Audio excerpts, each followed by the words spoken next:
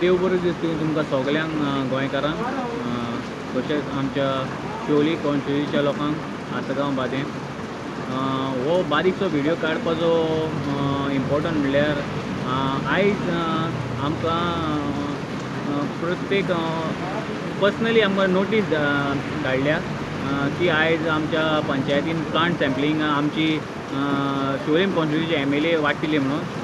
सो हांव आमच्या लोकांक सांगूंक सोदता आयज तुमी हे प्लांट सॅम्पलींग आयज आमचे MLA डिस्ट्रिब्यूट करतली पळय ते आयज आमचो लोक वयतलो ना न्हू, घेवपाक जाय आमी रावपाक जाय, पूण खरे तरेन ही झाडां लावपाक जाय, ना की फटिंगपणांनी ढोंगा करून. असले कितल्योच लोक अशे आमचे आसा जे फक्त पब्लिसिटी करपाक जावं नांव करपाक लागून ही झाडां हें करपाक लावपाक वयतात, एक व्हडलो बेश्टो मारता आनी झाड लायता.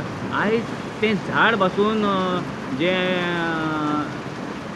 लोकांक दिवपाचें आसा तें झाड पासून भियेलेलें आसा की आपलो आयज परिणाम कितें काय म्हणून आयज आपल्याक लायतले आनी हे केन्ना मारतले आपल्याक काय. आयज आमचे दोंगर भियेलेले आसा कित्याक आमचे वयता ते दोंगर कातरलेले वयतात, सगळें डिफॉरेस्टेशन जाता, हिल कटींग जाता, सगळें जाता.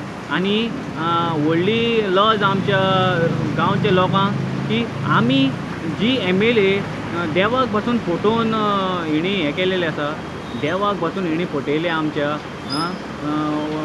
जावं ते आमच्या खुर्साक जावं आमच्या देवळांनी वचून जावं आमच्या इगोर्जीन वचून हेंच्यांनी फटयलेले आसा पळय हे MLA, ही आयज MLA आमकां झाडां वाडटली.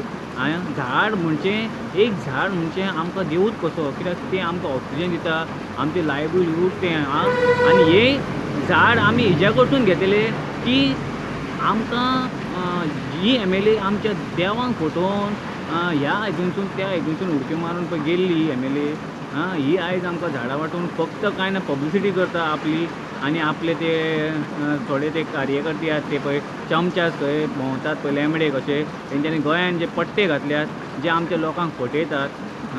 हांव तेंकांय सांगूंक सोदता पळय तुमी ही फटिंगपणां करतात ती बंद करा, कित्याक आमचे लोक आयज जागृत जालेले आसा की लोकांक कळलेलें आसा रियलिटी कितें ती. तुमी हे ड्रायव करून आनी हे लोकांक असले बारीकशे एक झाड दिवन तुमी आमच्या लोकांक फटोवंक शकना. अरे आमचे दोंगरूच उरोंक ना मरे, आमचे सरभोंवतणी हेंच उरोंक ना मरे, अस्मितायच उरोंक ना मरे, खंय झाडां लाय म्हणटा रे व्हरोन. तुमच्या दारान तुमच्या ऑफिसाच्या फुडल्यान लाव आमी काय पंचायतीन भितर रावले वचोन, पंचायतीन लाव आमी येवन भितर. लोकांक फटयलेले आसा मग तुमी. इलेक्शन येयले काय तुमी लोकांक पयशे दितात आनी पयशे दिवन फटयतात. आनी आतां हे वन महोत्सवाच्या नांवान तुमी लोकांक झाडां दिवन आमच्या लोकांक पिशान काडटात. तशेंच हांव हे सांगूंक सोदता आमच्यो ज्यो कमिटीज आसा आसगांवच्यो, ज्यो ही बायोडायवर्सिटी कमिटी ही एक सारकी नालायक कमिटी. कित्याक काय म्हणचे तूं की हेंकां जेन्ना पळय आमची झाडां कातरप वयतालीं, व्हडले व्हडले हिल कटींग जाले तेन्ना हे भायर सरोंक ना, तेन्ना हे गायणोर खंय भितर रावले ते धोलीन. आनी जेन्ना आयज वन महोत्सव येता झाडाच्या निमतान हे वचोन वचोन बारीक बारीक एक्टिविटीज करतात, स्कुलांनी जावं आनी खंयसर एक्टिविटीज करतात, लोकांक दाखोवंक सोदता की आमी बरे म्हणून. आतां तुमी नालायक लोक, तुमी नालायक, तुमी ते कमिटी आसात पळय ते नालायक लोक, तुमी लोकांक फक्त पिशान काडटात. कितें खबर आसा तुमकां रे झाडाचो इम्पॉर्टन्स? झाड म्हणजे कितें ते वचोन स्कुलांनी जावं आनी खंयसर वचोन बारीक बारीक स्टंट करतात आनी पब्लिसिटी करतात. बायोडायवर्सिटी नाजाता म्हणटात मग तुमी, शिकलेले मनीस मरे तुमी.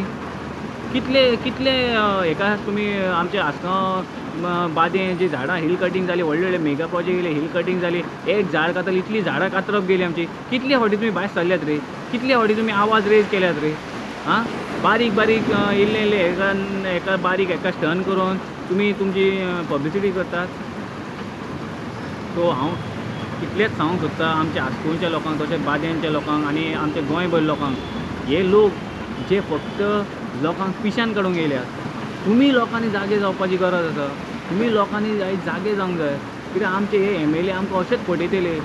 गरज पडटा तेन्ना ह्या हितूनसून त्या हितून मारतले, ह्या देवाक फटयतले त्या देवाक फटयतले. कित्याक तांकां खबर आसा आमची विकनस कितें ती. आमची विकनस आमकां पयशे दिले, आमच्या देवळांक पयशे दिले, आमच्या इगर्जेक पयशे दिले, आमकां टुर्नामेंटाक पयशे दिले, आमकां नरकासूर करपाक पयशे दिले. गरज पडली तेन्ना तेज्या पॉल्सान 200 रुपया घातले जावन 1000 घातलो. अशें करून हे आमचे विकनस जाणात, हे आमकां चेंज करपाक जाय. आनी तशेंच हांव मागता आमचे यूथ आसा आख्खे गोंयभर यूथ तुमी स्टँड घेवपाक जाय. आमचें गोंय आयज खरेंच खत्रेन आसा. आयज तुमी जे शिकलेले भुरगे आसा आमचे तरणाटे तुमी भायर सरपाक जाय.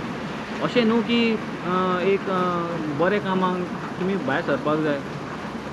आपलो गांव वाटोवपाक आपलें गोंय वाटोवपाक. कोणाक तर तें गोंय, कोणाक लागून हो गांव. आयज तुमच्या आई बाबान जावं तुमच्या पुर्वजांनी आमकां सांबाळून दवरलेलें हें गोंय. आयज आमी जर उबे रावनात ह्या आमच्या गोंयाचेर, गोंयाक लागून आवाज करिनात जाल्यार कोण करतलो. मागीर आमी लोक म्हणटा आमी आमचें गोंय सोंपलें काबार जालें हें जालें. आयज आमचो गुन्यांव आसा कित्याक आमी रेज करूंक सोदिना आमचो आवाज. आमी आवाज उठोवंक सोदिना हे हेजेर. सो इतलेंच मागता आमच्या लोकां कडेन